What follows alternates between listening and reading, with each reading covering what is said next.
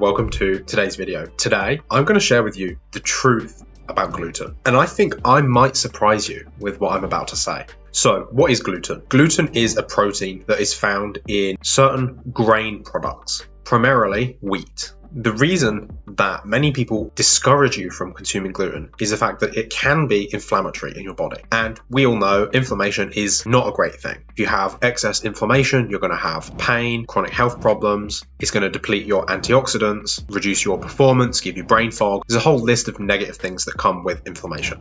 However, today I'm actually going to tell you that I don't think gluten is that bad. I find it really frustrating when there is a lot of fear-mongering about foods, especially because in my experience, healing has actually been about letting go of fear. A huge part of healing for me has been finding love, finding enjoyment, not trying to do everything in such a logical way. So let's take a little look at this whole gluten story, and hopefully we can get you to a place where you feel a little bit more informed to make your own decision as to whether this is something that you want to consume or not. So first of all, we have to talk about the United States and the absolute trash food supply that you guys have over there. If you're from the United States, you might not know this, but if you live anywhere else in the world, you probably do know this. Many of the foods that you create in the United States are illegal in other areas of the world. Like, for example, you have GMOs. GMOs are illegal in Europe. Many of the sweets, the candies, when you create them for export, you have to follow different regulations. And the products that you send to other countries,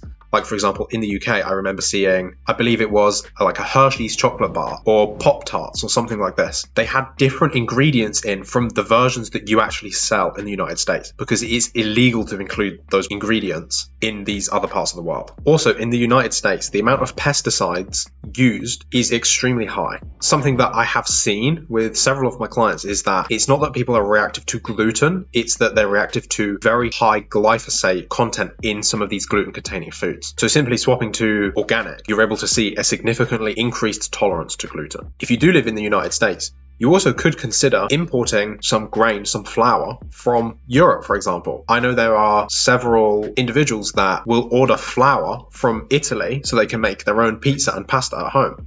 And they have no problems eating these foods. Whereas if they go to a pizza or pasta restaurant, they'll have massive digestive problems.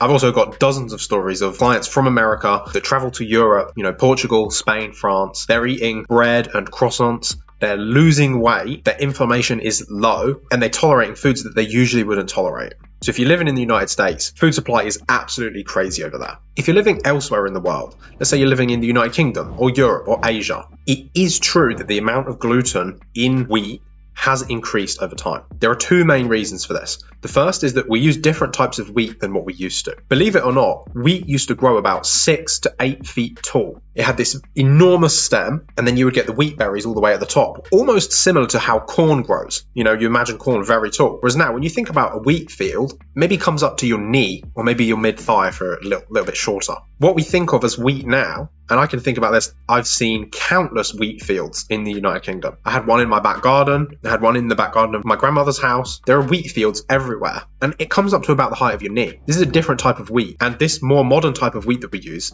does have increased concentrations of gluten. So this change has increased the gluten content in modern grains. We also miss a really important part of how we used to process these grains in the past. So previously, the agricultural process would be that we would cut these very tall stalks of wheat, these 6 to 8 foot tall stalks. We would leave them in bundles in the field, and they would ripen and they would actually begin to ferment. And in this fermentation process, we break down a lot of antinutrients, so things like phytic acid that are present in all nuts and seeds, grains, legumes, beans. These are enzyme inhibitors. If you think about what the wheat berry is, it's basically a baby wheat plant. It wants to be able to grow into a new plant. So it has these enzyme inhibitors that stop it from sprouting when it's not the right time. If you think harvest is in August, September, October, then you're going to go through the winter. If the plant starts growing at that time of year, it's going to die. So these enzyme inhibitors prevent the wheat from germinating. The thing is, these enzyme inhibitors negatively influence our digestive health. They basically steal our digestive enzymes and they inhibit our ability to break down and digest and absorb food. Now, we used to mitigate this somewhat by allowing them to ripen in the field. We would then also harvest them and process them correctly. And by that, what I mean is it would look like this, almost like modern day sourdough production. So there would be a living culture that in a way pre-digests the bread before it is baked. But again, we've lost this wisdom. We now take these tiny, tiny plants that have a concentrated amount of gluten. Instead of harvesting them and leaving them in the field to ripen, what they've actually discovered is that they can spray an additional load of pesticides on wheat just before it's harvested, and it will increase the yield by about 10%. So of course, that's exactly what they do. So just prior to harvest, when these wheat berries have formed, these plants are then sprayed again with pesticides to increase the harvest. It has this artificial ripening process, so they get a 10% increased yield, but it's higher in anti-nutrients, it's higher in gluten, it's higher in pesticides, and this natural fermentation process hasn't been able to occur. We then harvest all of this grain, process it up, and put it in these super refined prepackaged foods, like this chemically bleached white bread. It's not fermented, there's no breakdown of these anti-nutrients, and you end up getting a product that has a high level of pesticides, a higher level of gluten than it's ever had in history, very low levels of nutrients, and high levels of anti-nutrients that are not only binding the small amount of nutrients that are present, but they can also rob and steal nutrients from other things that you consume in that meal. Say, for example, you have chicken, tomato, and lettuce in a sandwich. The anti-nutrients in the bread will steal nutrients from the other things in that meal, even from the chicken, which has no anti-nutrients in its animal product. So when you factor in all of these changes, all of these variables as a black and white situation of can eat gluten, can't eat gluten, you see there are actually many different variables through this process that if we can play with some of these variables, your tolerance to these gluten-containing foods can actually be improved. So for example, one of the first changes that we can make is, regardless of what type of grain you're talking about, if you make it into a sourdough variety, so if you make a sourdough bread, you're going to reduce the anti-nutrients. These organisms actually do break down compounds and chemicals like a glyphosate, they will reduce it. If you think about how sewage and industrial waste treatment works, it's almost always microbes and bacteria. I saw a really interesting post the other day about how certain types of black molds are starting to grow towards sites of extreme radiation, like the Chernobyl nuclear reactor, and these molds are actually growing and eating the radiation. The same thing is true with chemical toxins like pesticides. So the sourdough process not only reduces pesticide content, it breaks down the enzyme inhibitors, it brings life back to the food, it improves the bioavailability. Something we can also look at doing is changing the type of grain. Now, I know this isn't always possible, but if you have the opportunity to find something like spelt, which is an ancient grain, it has much longer stems. And if you're able to get these grains that have been harvested in the more traditional way, as in they're left to ripen in the fields, you're also improving the quality of the food and reducing the potentially negative or harmful effects. And finally, if you have organic produce, the amount of glyphosate is significantly reduced. It's not zero, there's glyphosate in everything now, but the amount will be significantly decreased. So with these changes, you might be able to see that you don't have to live gluten-free for the rest of your life. There may be a gray zone in the middle. Now, I could tell you that if I was to go to the United States, I probably would not be eating grains or conventional products like, say, for example, McDonald's and things like that, because the food supply over there is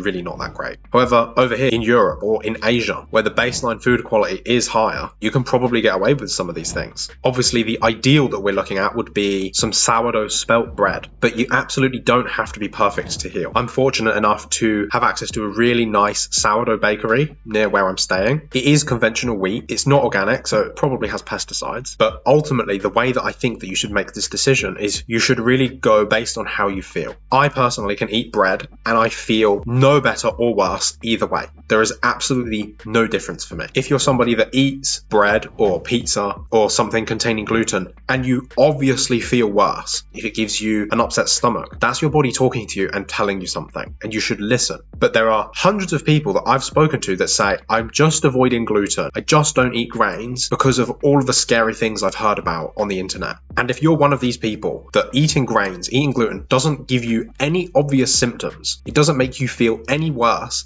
in fact, maybe it actually makes you feel better. I don't know about you, but a nice slice of sourdough with some butter, some pate, it's just absolutely amazing. I love it. It brings me so much joy, and healing is about that too. It's about having a diet and lifestyle that you enjoy. So with all of that being said, all of the logic, all of the science, all of the understandings of how the food supply has changed over these years, ultimately, I would suggest that you listen to your body. And if you feel fine eating these foods, you're probably okay. And if you feel obvious negative reactions or consequences from consuming these foods, then that might be your body telling you yeah, maybe you shouldn't consume this right now. Either way, I hope that's helped take a little bit of fear out of the situation for you. And there are always exceptions to the rule. So if you have celiac disease, then obviously you shouldn't be eating gluten. But I don't need to tell you that. Your body is telling you that. So be sensible. Don't buy into the fear. And remember, your body has the answer. Hope you found it interesting. Hope you found it helpful. And if you do happen to go and enjoy a nice slice of sourdough, make sure you send me a picture. I would really love to enjoy it. Take care, and I will see you in the next video. Goodbye.